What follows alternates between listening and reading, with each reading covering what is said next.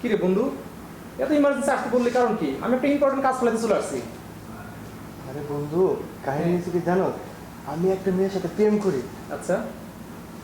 ওর সাথে ভিডিও কলে কথা বলি।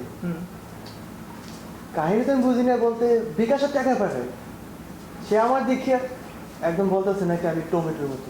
আচ্ছা, বল দোস্ত আমার কেমন তো লাগে বল। তুই নাম্বারটা আমাকেই দে, আমি এই কারণে তোকে বলছিলাম তুই তাড়াতাড়ি এখানে চলে যা, তোর দরকার আছে ইম্পর্টেন্ট কথা। এখন আমি দোস্ত কি বলবো, ওই সব কিছু লাস্টে আমি টমেটোর মতো। এই দেখ কেমন তাহলে মনে হয় আমাকে অপমান করা হইলো। তুই দোস্ত বল।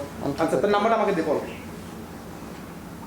নাম্বার দিয়ে কি হবে? কি ওই টমেটোর মতো বলছি, এ কি হবে দোস্ত বল আমাকে। বললাম তো নাম্বারটা আমাকে দে। পুরো সে আমার সাথে এই কাহিনীটা করলো কেন দোস্ত বল।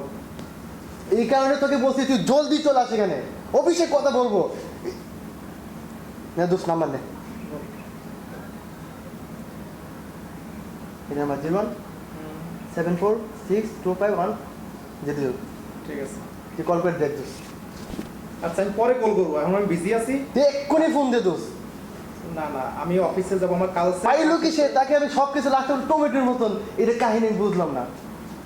হয়তো সে মালদার পার্টির মেয়ে, কারণ এই জন্য তোমাকে পাত্তা দেয় না, টমেটো বলে হ্যান বলে তোমাকে বকা দিয়ে ফোনটা কেটে দিচ্ছে। দোস্ত আমি কত বড় ভোলটা করছি দোস্ত, তুমি যে দারোয়ান সেটা জানে না আমি দোস্ত। বুঝতে পারি না দোস্ত।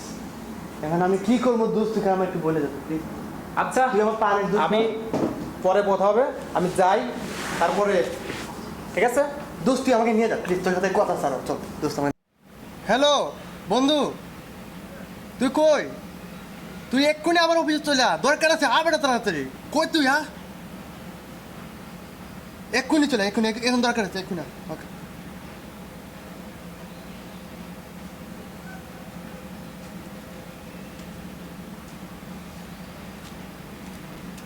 কি রে বন্ধু?